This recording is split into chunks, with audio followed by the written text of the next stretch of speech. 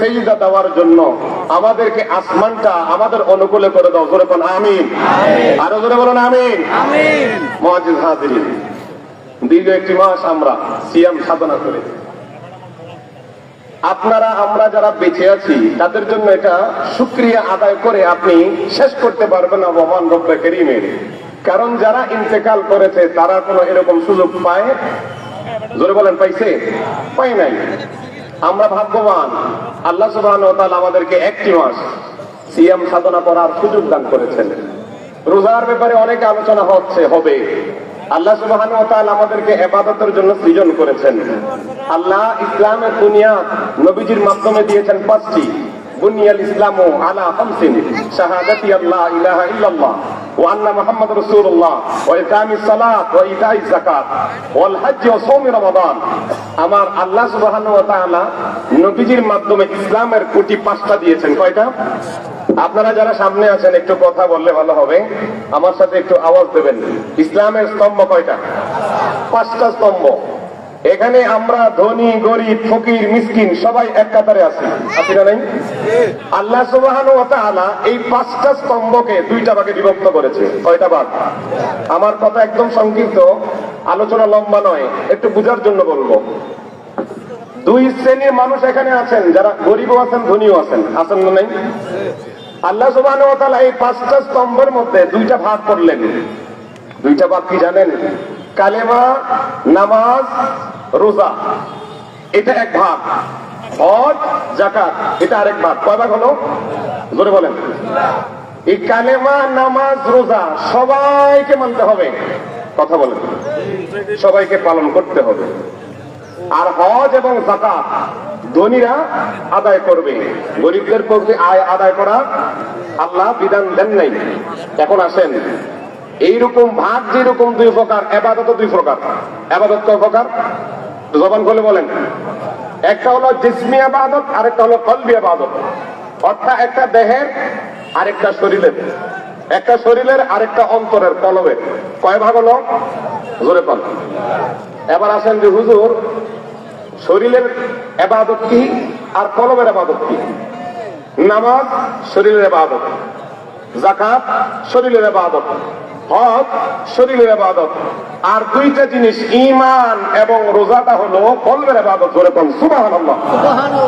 এবার বুঝে থাকলে বলুন ইবাদত কয় প্রকার বললাম? জোরে বলুন।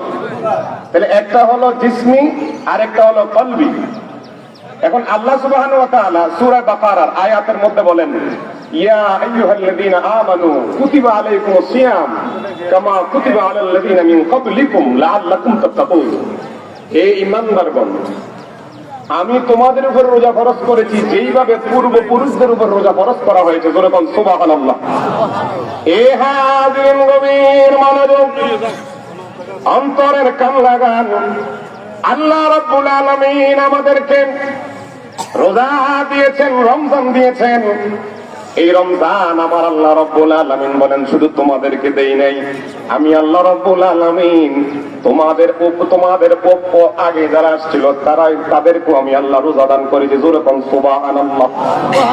রোজা সবাইকে দান করেছেন, কিন্তু রমজান সবাইকে দেয় নাই। রমজান দিয়েছেন আমার নবীর উম্মতকে, রোজা দিয়েছেন সবাইকে। আদম আলাইহিস সালামের উপরে আমার আল্লাহ 3টা রোজা ফরজ করেছিলেন। হযরতে আদম আলাইহিস সালামের পর আমার নবীজি সরকার দো আলম নূর মুজাসসাম নবীজি আসার আগ পর্যন্ত সবাই এই 3টা রোজা রাখতো। আমার নবীজি সরকার দো আলম নূর মুজাসসাম নবীজি হায়াতে মুবারাকায় আমার নবীজির উপরে একটা রোজা ফরজ ছিল, সেটা হলো আশুরা রোজা।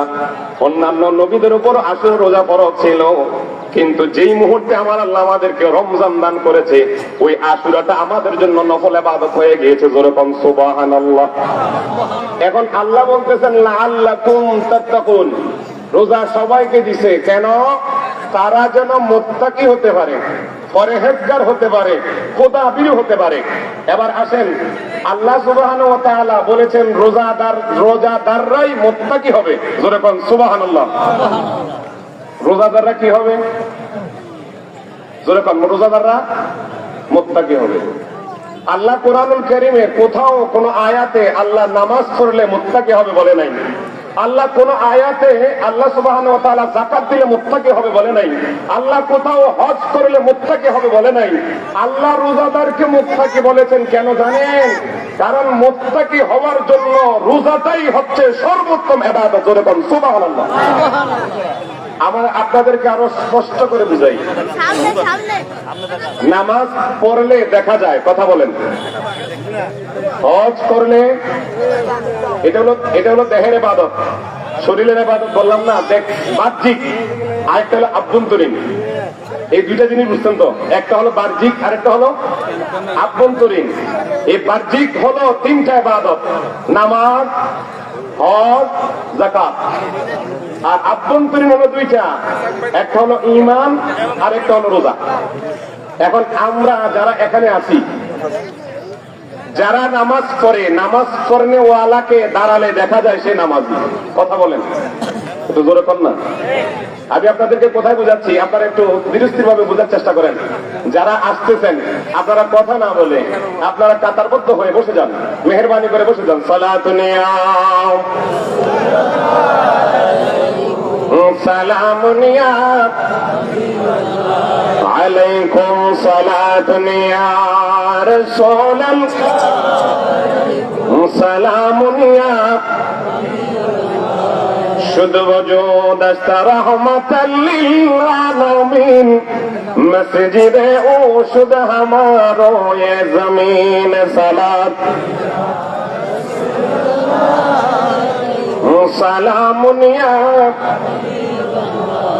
লক্ষ্য করুন, বাহ্যিক দৃষ্টিতে ইবাদত নামাজ, হজ, যাকাত, কিন্তু আপনি ইবাদত করছেন নামাজ, এই নামাজ কবুল হইতে পারে নাও হইতে পারে। যাকাত দিয়েছেন, কবুল হইতে পারে নাও হইতে পারে। আপনি হজ করেছেন, কবুল হইতে পারে না হইতে পারে। তার কারণ এগুলো হচ্ছে বাহ্যিক দেখা। যারা নামাজ পড়ে, অনেক নামাজি আছে অহংকার এসে যায়, আমি দৈনিক 5 ওয়াক্ত নামাজ পড়ি, আমি রাত্রে বেলায় তাহাজ্জুদ করি। অনেক দানবীর আছে, আমি বছরে একবার এমন সদকা করি, মানুষকে দেখানোর জন্য সদকা করে। আমি হজ করি যেন লোক আমাকে হাজী বলবে। আপনারা বলেন তো, এই তিনটা ইবাদতের মধ্যে রিয়া, অহংকার আসতে পারে কি পারে না? জোরে কোন? এই জন্য আমার আল্লাহ লাআল্লাকুম তাত্তাকুন, মুত্তাকি হবেন কাদের কোন মাধ্যমে? রোজার মাধ্যমে। এবার রোজাটা যদি আপনি রাখেন, আপনি যদি যতক্ষণ পর্যন্ত প্রকাশ না করবেন ততক্ষণ পর্যন্ত কেউ বুঝবে না আপনি রোজাদার, কথা বলেন। আপনি যতক্ষণ পর্যন্ত কাউকে বুঝাবেন না যে আমি রোজা রয়েছি, কারণ এটা দেহের সাথে আপনার বাহ্যিক কোন দৃষ্টিভঙ্গিতে আপনার আসবে না। তার কারণ এটা হলো কলবের, এটা কলবের, কথা বলুন ঠিক কিনা? আর এই রোজাটা বান্দা রাখে আল্লাহর সন্তুষ্টির জন্য। আপনি রোজা রাখছেন, দেখছে মাত্র একমাত্র আল্লাহ। আর আল্লাহ এই জন্য বলে, আমি আল্লাহ রাব্বুল আলামিন যারা রোজা রেখেছে তাদেরকে আমি দুইটা পুরস্কার দেব, ফারহাতান ইনদা ফিত্রিহি ওয়া ফারহাতুন ইনদা লিকাই রাব্বিহি। আমি আল্লাহ সুবহানাহু ওয়া তাআলা যারা আমার ভয়ে রোজা রেখেছে, তাদের খাবার সামনে ছিল, খায় নাই, বান্দা আমাকে মহব্বত করে, আমাকে আমার ভয়ে, আমার হুকুম পালন করার জন্য সারাক্ষণ রোজা রেখে তৃষ্ণার্ত হয়েও সামনে নিয়ামত ছিল, বান্দা খায় নাই, বান্দা আমার অপেক্ষায় ছিল কখন আমি আল্লাহ তার সময়টা নির্ধারণ করে দিয়েছি, ওই সময় পর্যন্ত আমার বান্দা আমার জন্য অপেক্ষা করেছিল। এই ফেরেশতারা তোমরা সাক্ষী থাকো, এই মুহূর্তে রোজাদার আমার কাছে যা চাইবে আমি আল্লাহ তা দান করে দেব। এই জন্য আমার নবীজি বলেন, তোমরা যখন ইফতারকে সামনে নেবে তোমরা দোয়া করবা, আল্লাহ ওই দোয়াটা কবুল করে নেয়। তার কারণ হলো বান্দা আল্লাহর ইবাদতের জন্য, আল্লাহর খুশির জন্য যখনই নাজ নিয়ামত নিয়ে বসে যায়, তখন ফেরেশতাদেরকে আমার আল্লাহ বলেন, তোমরা তো বলেছিলে যে ইন্নী জাইলুন ফিল আরদি খলিফা, আমি যখন চেয়েছিলাম আমি দুনিয়াতে আমি মানব সৃজন করব, আমি আমার বান্দা সৃজন করব, তোমরা আমাকে নিষেধ করেছিলা। এখন দেখো ইন্নী আ'লামু মা লা তা'লামুন, ওই দিন বলেছিলাম আমি যা জানি তোমরা তা জানো না। আজকে ফেরেশতারা সাক্ষী থাকো, আমার বান্দারা শত কষ্ট সহ্য করে নাজ নিয়ামত সামনে থাকে থাকার পরেও তারা খায় নাই আমি আল্লাহর রাজা চাই, তারা খায় নাই আমি আল্লাহর খুশি চাই, তারা খায় নাই আমি আল্লাহকে খুশি করতে চাই। এই জন্য তোমরা সাক্ষী থাকো, আমি তাদেরকে মাফ করে দিয়ে জান্নাতে বানিয়ে দিলাম। তাহলে রোজা আমাদের জন্য জান্নাতে যাওয়ার সোজা পথ।